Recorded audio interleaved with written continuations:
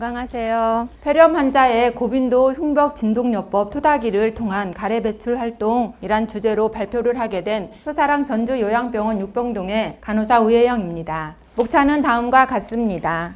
주제 선정 배경으로는 코비드로 인해서 면역이 저하가 되고 또 만성 기저 질환으로 와상 환자가 증가하면서 폐와 흉부 기능이 저하가 되고 또 폐포 내에 참출물이 과다 축적이 되면서 자발적인 객단 배출이 어려워졌습니다. 그로 인해서 폐렴 및 폐혈증이 발생 가능성이 아주 높아졌습니다. 항생제를 투여하고 또 자발적인 객단 배출을 유도하고 석션을 해주었지만 효과는 떨어지고 또 흉부 타진을 했을 때에 환자의 통증을 유발할 수 있어 어려움증이 많았었는데 다행히 병원에서 21년도 하반기 고빈도 흉벽 진동기 토닥이를 도입을 해주었습니다. 객단 배출을 촉진시키고 또 환자의 빠른 호전을 기대하였지만 사용이 저조하여 토닥이 시행률 상승을 통한 폐렴 환자 빠른 회복을 위해서 도움을 주고자 QI 주제로 선정을 하게 되었습니다. 팀 구성은 아래와 같습니다. 일정은 22년 11월을 시작으로 23년 9월 현재까지 진행을 하였습니다. 현황 파악은 폐렴 환자 분포도로 2022년 전체 병동 폐렴 환자 총 일수는 월 평균 367일이었으며 22년 전체 병동 폐렴 환자 토닥이 시행률은 월 평균 55.9%로 저조한 시행률을 보였습니다. 그럼 저희 육병동 2022년도 폐렴 환자 토닥이 시행률은 월 평균 75.4%로 전체 병동의 55.9%보다는 높지만 80%도 채 못 미치는 저조한 시행으로 파악이 되었습니다. 그럼 폐렴 환자의 객단 배출 미흡한 원인을 환자 요인과 환경 요인, 인적 요인으로 분석을 해보았는데요. 먼저 환자 요인은 와상 환자가 증가하면서 폐포 내 참출물은 과다 축적이 되고 또 자발적인 객단 배출도 어려우면서 또 폐와 흉부 근육은 기능이 저하가 되고 폐활량도 떨어지는 그런 일들이 생겼습니다.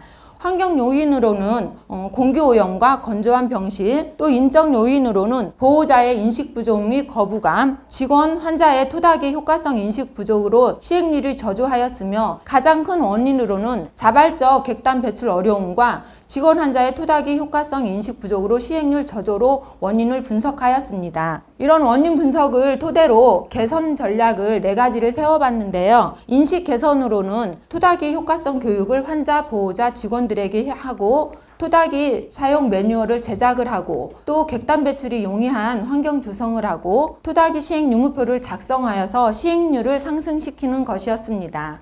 이러한 전략을 세워서 이거에 따른 직원의 기대 효과로는 수월한 석션으로 인해서 객단 배출이 향상이 되고 또 간호 업무 시간 및 노동이 감소가 되고 환자의 기대 효과로는 기도청결로 호흡 곤란이 완화가 되고 폐 기능이 향상이 되면서 폐렴 기간이 단축이 되고 치료 비용이 절감이 되고 또 호흡기 감염, 재발 위험 감소 등의 기대 효과가 있었습니다. 개선 계획으로는 폐렴 환자의 토닥이 시행률이며 목표는 95% 이상의 시행률을 상승으로 계획을 잡았습니다. 이렇게 개선 전략을 짠 토대로 개선 활동은 총 6가지입니다. 첫 번째로 인식 개선 조사로 토닥이에 대한 직원의 설문조사를 2차례에 걸쳐서 문제점과 개선점을 파악을 했는데요. 신입 직원 입사 시 쉬운 교육 영상 자료가 없고 또 환자에게는 토닥이 효과가 있는지에 대한 의문도 들고 토닥이 사용 매뉴얼이 필요하고 보호자에게는 설명이 좀 힘든 면도 있었고 토닥이 환자 체계적인 관리가 필요하다는 것을 느끼고 개선점으로 신입 직원도 쉽게 이해할 수 있는 토닥이 작동법과 효과성에 대한 동영상 자료가 필요하여 접근이 용이한 QR코드를 제작하고 기계에 부착을 했습니다. 환자 보호자에게 동영상 교육을 해주고